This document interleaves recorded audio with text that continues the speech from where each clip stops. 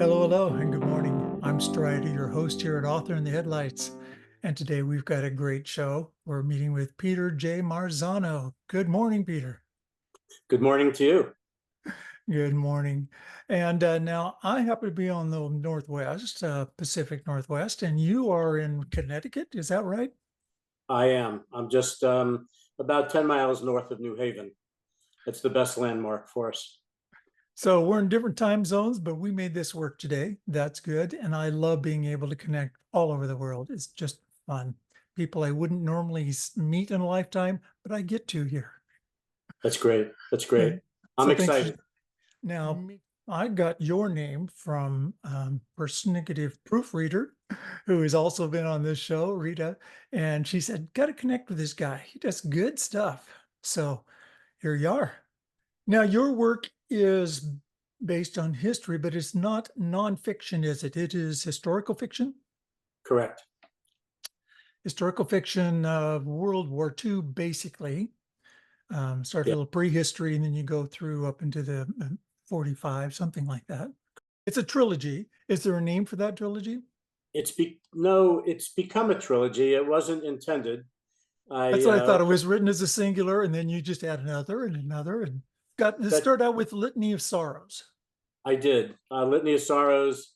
As I tell everyone who asks, is that it came to me in a dream. I woke up after a dream. I woke up at 6 a.m. and I wrote 10 pages of notes. And those 10 pages became the outline of the first book, Litany of Sorrows. And I began to do almost 3 months of research on the historical background of the time period, trying to connect my dream with the story and the characters in the story. And what I found out was that the story really began sometime after the Treaty of Versailles and ran into World War II, with my main characters meeting in the period in the 1930s, right before the war started.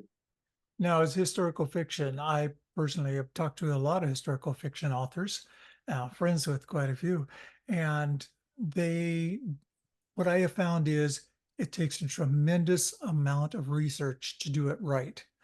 Yeah. Because your public knows. There are so many people that know so much. And if Yes. you have it wrong, they will let you know. Yes, you're absolutely right. You're absolutely right. It was doing the research, though, it's like taking a history course, full time, reading, writing, making notes, being surprised about facts that you might have been presented when you were in school, but either forgot or missed out on the real facts. And it was just so exciting to learn about the history and to couple my characters into the story of what happened in that time frame. Oh, that's cool. So your Litany of Sorrows starts at the first of the war, and a little bit of history before the war to bring it up to date. Yes. And then you go into Search and Deception. And there you Yes. take basically the art theft of World War II, and you do some research to try to find it, right? That's your characters do? That's part of the story? Yes. That's the what happens at the end of the first story is that the main character, whose name is Brian O'Sullivan, he gets a phone call, and he's called away to Amsterdam because he is in a small group of people that investigate art thefts by the Germans and the Nazis during World War II. And they've discovered some information that leads them to do the investigation. And that story uncovers some other facts that come as a surprise to the main character, Brian O'Sullivan. My third book begins. Well, what's happened is that the first book was intended to just be the first book from the dream, but my readers demanded that I write more because they were excited with the story and they wanted to know more about what happened with the character. And so I wrote the second book, and the same thing happened again, that the readers said, we want more. And so I I began the third book, and it begins with an investigation, thinking that some art, instead of being hidden in the places in book two, they thought that maybe some art was hidden in the Canary Islands. And that book is taken from Karen Hall. Yes, and taken from Karen Hall. People ask what Karen Hall means, and the German military man Hermann Goring, who was head of the Luftwaffe, uh, he had a wife whose name was Karen. She died young. He rebuilt his residence and called it Karen Hall. And and Hermann Goring, because of his high position as head of the entire German Air Force, he was able to gather up some of the art. In fact, if you do the research and understand, Hermann Goring at the very beginning of the Nazi Party was involved in helping to set up the Gestapo themselves.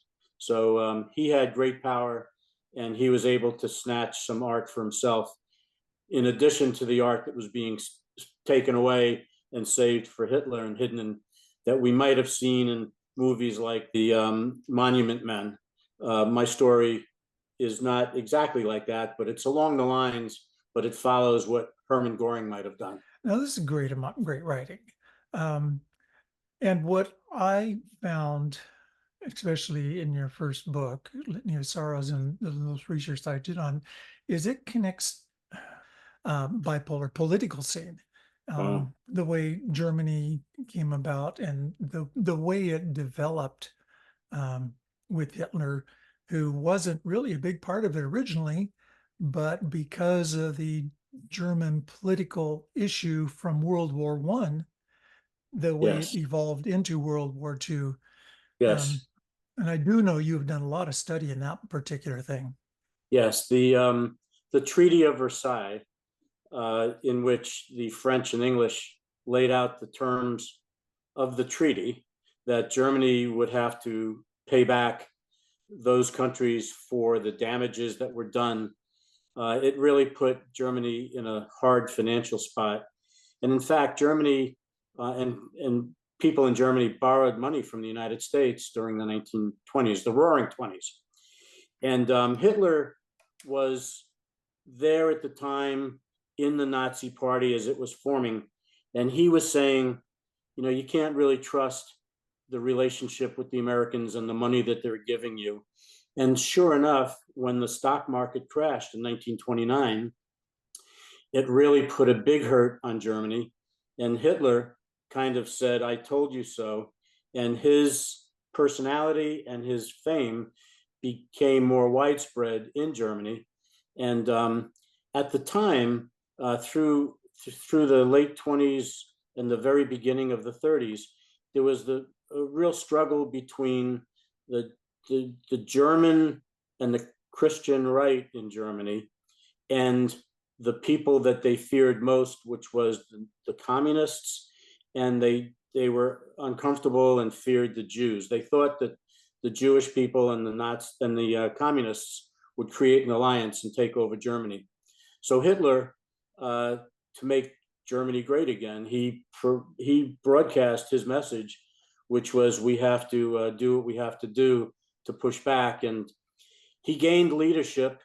And interestingly enough, right after he was elected, just months later, there was an act called the Enabling Act. And the Enabling Act allowed Hitler to become an autocrat. And he, with those powers, was able to let people know, and their Congress, which was called the Reichstag, it never met again because Hitler had all the power. Um, it's so parallel to many of the things and the rhetoric that we hear today.